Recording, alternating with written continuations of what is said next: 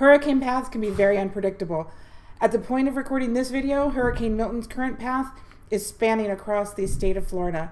All of us are paying close attention to the news channels and their updates. This video is going to help you prepare, as we're already learning of schools and counties beginning their mandatory evacuations. You will want to watch this video as we are providing you our top 10 helpful tips that you need to know for a less stressful and more efficient way to get through not just this hurricane, but any that Florida brings our way. You will be provided important websites all in one spot that you can follow to help keep you safe during hurricane season 2024. Perhaps this will help you decide if you want to shelter in place or evacuate. Hi, I'm Socci-Seifert, Realtor at Estate Realty in Tampa Bay, Florida, and everything I cover in this video I will include in an organized document of printouts, important websites, and checklists for you to save on your phone, or you can print it and take it with you if you decide to evacuate from this or any other future hurricanes. So here are your top 10 helpful tips to survive in a less stressful manner. Tip number 1, flood zone versus evacuation zone. Do you know the difference? Flood zones and evacuation zones are not one and the same. They are two very different things that measure very different conditions. Understanding and determining your zones will help you decide whether you should evacuate or not. Evacuation zones. Due to the coastal areas in Florida, we are susceptible to storm surge. This is where water gets pushed inland, and areas in these zones are identified as areas of risk, which prompts the need for evacuation during major weather events. The Tampa Bay Area in Hillsborough County, Florida, and surrounding counties such as Manatee, Sarasota, Pinellas, and Pasco are identified in zones from A to E. Some portions of the county may not be in an evacuation zone. Zone A is along the water and would typically be the first zone considered for evacuation. Zone A is for properties that are at risk of storm surge, reaching up to 11 feet above sea level. Zone B is 11 to 15 feet above sea level, and it's important to realize that, for example, in the Tampa Bay area, this can be identified up to 4 miles inland in some communities. Zone C is 22 feet above level, Zone D is 31, and Zone E is 38. Of course, all residents living in mobile homes or RVs, regardless of the zone, should relocate if a storm evacuation is called. Due to significant changes in the evacuation map in 2022, your evacuation zone may have changed, or you may be in an evacuation zone for the very first time.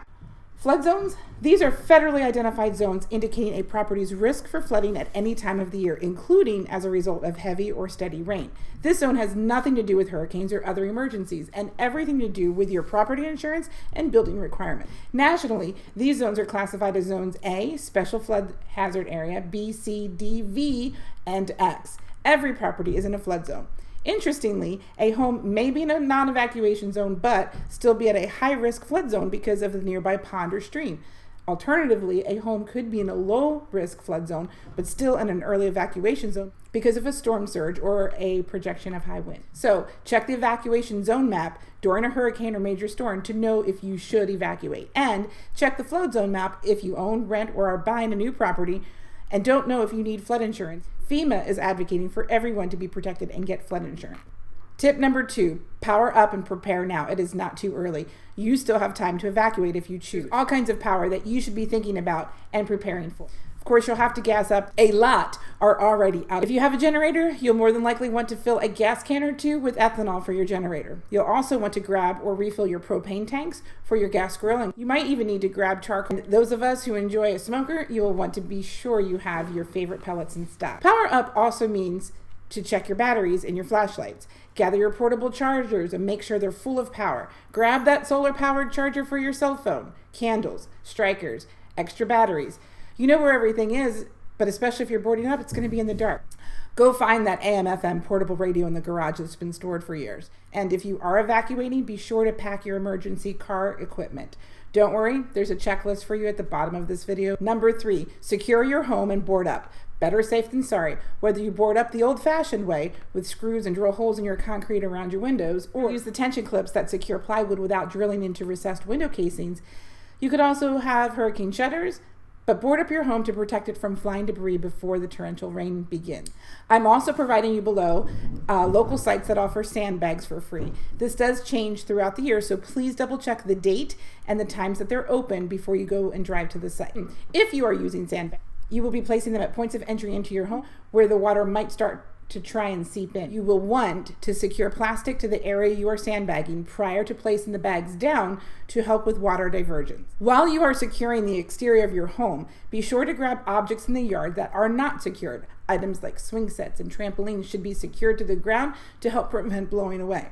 Things like lawn furniture, trash cans, children's toys, garden equipment, hanging plants, or any other objects that can fly around need to be brought indoors.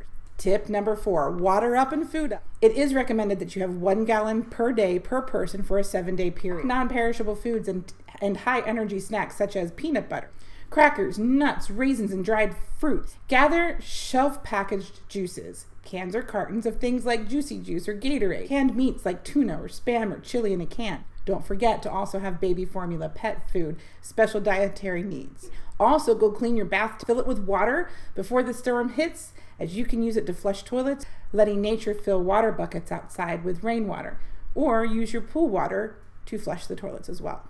Tip number 5, the evacuation kit. This needs to include doctor and pharmacy contact information of your loved ones, cash in case ATM or credit cards don't work, important documents such as a list of your prescriptions. Bring preferably a 2-week supply. Remember that your first aid kit should include bandages, disinfectant, bug spray, sunscreen, pain reliever, vitamins, paperwork, medical, contact information, copies of insurance, of allergies, feminine hygiene product, eyeglasses, toilet paper, moist towelettes, soap, shampoo. The list keeps going, but remember, I'm providing you a printable checklist to make your day go a little bit smoother. Tip number 6, your disaster plan and turning your iPhone into a satellite phone. During a major weather event, cell reception may be incapacitated. Without reception, you might not be able to send or receive calls and even lose the ability to text. If you have an iPhone 14 or newer, and this feature may be available on other phones as well. I'm going to open my iPhone 14. I'm going to place my finger in the middle of the screen and swipe down. I will get a search icon. Type the word SOS icon at the top. Go ahead and click that. Scroll down towards the bottom. Click the word free demo. Click the word next so that we can enter into test mode. Upon entering test mode, it says we'll be answering some emergency questions that we're going to use a satellite, and we'll click that button to turn off temporarily our cell phone connection. Now it does say to go outside to get a better view. We'll tell you to turn left or right to access. This gives you the best reception, and keep pointing at the satellite. Type very short SOS emergency statements. Responses will be sent back to you. This was done in demo mode. These are the exact steps you would take in an actual emergency once you dial emergency services. You also want to have a coordinated family disaster plan. Essentially, this emergency disaster plan requires 3 things. 1, you want to pick 2 separate meeting places. One location should just be outside of your home or business for sudden events like a fire. The second location should be outside your neighborhood in case you can't get home. 2, choose a contact person. Ask someone outside of the immediate area to coordinate communications in a disaster. Family members should call this person to report their location. Consider sending your contact person copies of your important papers like ID, insurance cards, medical information, etc. And 3, be sure your contact information is up to date. I created mine on an index card and used some packing tape to make it waterproof. Think ahead about evacuation. Determine if and when you should evacuate and where you will go. If you are going to evacuate, do it sooner than later. Roads are going to get backed up and backed up fast. 7, if the power goes out, there are do's and don'ts. Don't walk through standing water. Don't drive through standing water. Your generator should not be placed into your garage. It needs to be outside so that you do not breathe the fumes that the generator is producing. Sure, you unplug and remove your batteries from electric scooters in your electric car. Turn off the main circuit breaker to your home if you do have water intrusion. Number 8, what do you do with your pets and your kids? There's a checklist in the description below of some ideas and lots of fun things that can be done. Things to pack if you are evacuating to keep those kids distracted, and a checklist for taking your pet. Fun things like drawing stories, playing Mad Libs, lots of card games, having to sleep in a room with air mattresses is intense. For both your kids and your pets, you want to bring important documents with you, such as photocopies of medical records, vaccination, prescriptions, recent photographs for each of your children and pet. Be sure you have their microchip information. Bring a 2-week supply of food for each animal in waterproof containers, and grab that flea and tick prevention too. Of course, you'll need their leash, collar with ID, harness, toys, and cleaning supplies for accidents to include paper towels, plastic bags, and disinfectant. If you're unable to stay with a friend or family member, go to petswelcome.com to get up-to-date information about lodging that will accommodate you and your pet. Check shelters, as some some welcome pets as well. Remember, in the description below, I have all of this information already printed out for you. Tip number 9, secrets to making staying here during the storm less stressful. For example, fill a water bottle, place a penny in it, set it upside down to freeze so the penny is at the bottom as it freezes. Once it freezes, turn the bottle upright. The penny will be on the top. If you lose power, the penny will move and indicate that you need to consider throwing away your food. Take the wrapper off of the water bottle so that no one accidentally drinks it. In top loading washing machines been filled with ice and drinks, so that way when the ice melts, there's less mess for you to clean up. Yard leaf bags are good uses of ponchos. They could also help freeze ice cube. Grocery bags can be your place on your feet and inside of your shoes to help keep your feet from getting soaking wet. We have seen things that say place important documents into your dishwasher. I don't recommend that. People that have flooded before, items backed up in the drain, and then the moisture ruined their documents. Prepare your home. Remove yard decorations and waste. Don't leave things out to be missiles for your neighbors to deal with. Take down your flag. Step 10, helpful resources and websites. Before I let you go, another tip, what is the difference between tornado watch and a tornado warning? Because we might have to also deal with those during the storm.